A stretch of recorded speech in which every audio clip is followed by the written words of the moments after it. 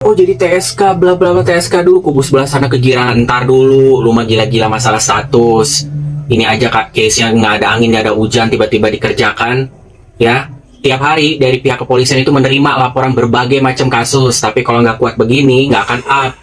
Boleh dong curiga bahwa ada support di belakang juga yang seperti Markus yang memanfaatkan kefenomenalan dari case Koko RO ini untuk namanya mencari pansos. Penjelasannya perkara ini. Ruben Onsu dikabarkan ditetapkan sebagai tersangka di Polres Jakarta Selatan dalam kasus penipuan.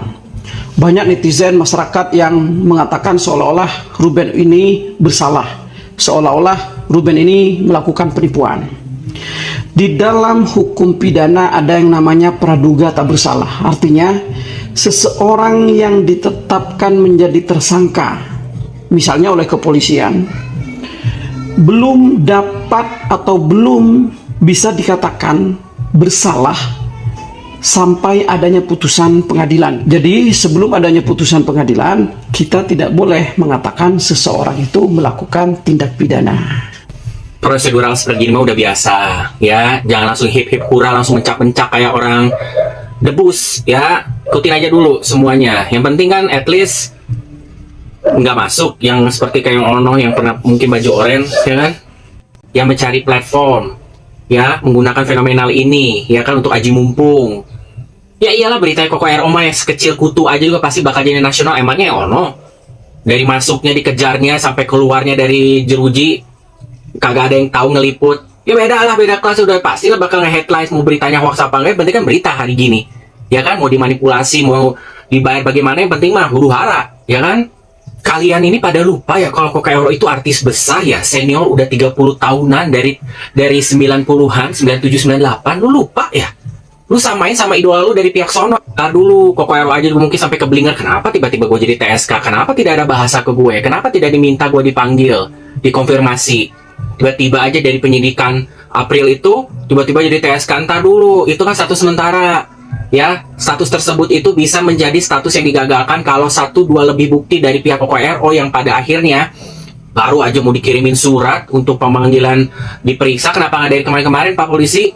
Ya, sengaja biar jadiin TSK dulu Koko RO gitu. Nanti kalau ketahuan semuanya terbantahkan, itu TSK itu bisa jadi dihempaskan, bisa dituntut balik ntar in case kalau memang seperti begitu. Kalau memang Koko RO nggak mau ribet, ya kan? Damai aja udah, gantiin rugi. Ya kan, Koko RO punya uang, ya kan? Dan kan itu kan ada dua, yang 3,5 sama yang 1. Ya kemungkinan katanya yang 1. Ya kan, ya udah. Mau proseduralnya bagaimana? Beres kan? Nggak usah kayak masuk pakai baju oranye segala macam. Lu emangnya jeruk? Ya emangnya jus? Ntar dulu denger ini penjelasan dari Bapak Acong Latif nih terhadap penjelasannya perkara ini. Ruben Onsu dikabarkan ditetapkan sebagai tersangka di Polres Jakarta Selatan dalam kasus penipuan. Banyak netizen masyarakat yang mengatakan seolah-olah Ruben ini bersalah, seolah-olah Ruben ini melakukan penipuan.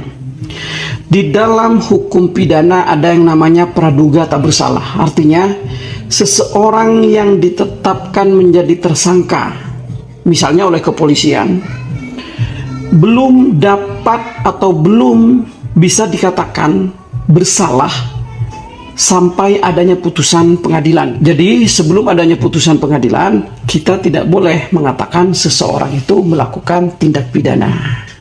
Prosedural seperti ini mah udah biasa ya, jangan langsung hip hip hura langsung mencak-mencak kayak orang debus ya. Ikutin aja dulu semuanya, yang penting kan at least nggak masuk yang seperti kayak Ono yang pernah mungkin baju oranye ya kan. Ditetapkan sebagai tersangka dalam kasus dugaan penipuan dan breaking news banget, ini berita sangat amat positif dari pihak Saweran dan rombongan sirkus. Kan mereka bilang, wah kena azab nih onsen, rasain bakal masuk penjara, dia nipu-nipu. Justru berita bagus banget, sangat bagus, karena tidak ada harapan lagi untuk kaos Sawerannya untuk todong ratusan juta ke onsen. Dia udah nggak punya apa-apa lagi. Dia kan harus fokus untuk perkara ini. Katanya penipuan. Menurut saya ini hanya gertak sambal doang. Karena apa? Karena Mpok Lela itu udah lihat Ya di video-video, udah harta nih, masih ada sisa seharta nih onsen. Yuk cus, kita naikkan ya sidiknya biar kita dapat saweran juga. Lo pikir Empok Lela mau saweran? Ya mau lah. Lihat, masih punya harta, dikit-dikit lumayan. Kayak gini, paling nanti damai mediasi. Lagian juga katanya kan pernah menguntungkan kan? Ini investasi ini pernah menguntungkan juga si pelapor. Jadi ini cuma gertak sambal doang. Saya suka, positif sekali. Karena sekarang tidak ada harapan lagi bagi saweran untuk minta duit. Dan anak-anak juga harus menerima seadanya. Ya dong. Bukan tuntutan 200 juta hidup kayak first lady. Jadi jangan girang dulu ya tim sawer. Hebat ya saweran, Tuhan di pihak kamu. Apa setan di pihak kau ya? Kau yang tadinya morot sekarang kandas. Kalau lo juga yang ngomporin atau yang laporin si onsen dengan kelompotan ini, blunder, lo sendiri yang rugi. Sekarang kan ada alasan. Sepengecaran bakal bilang maaf berhubung sekarang si onsen punya perkara baru yang mulia dan masalah penipuan. Kami harus fokus untuk masalah ini dulu. Jadi untuk masalah saweran kami tidak bisa menjanjikan banyak ya. Dan saweran sekarang harus berdiri sendiri sebagai ibu. Memaksa.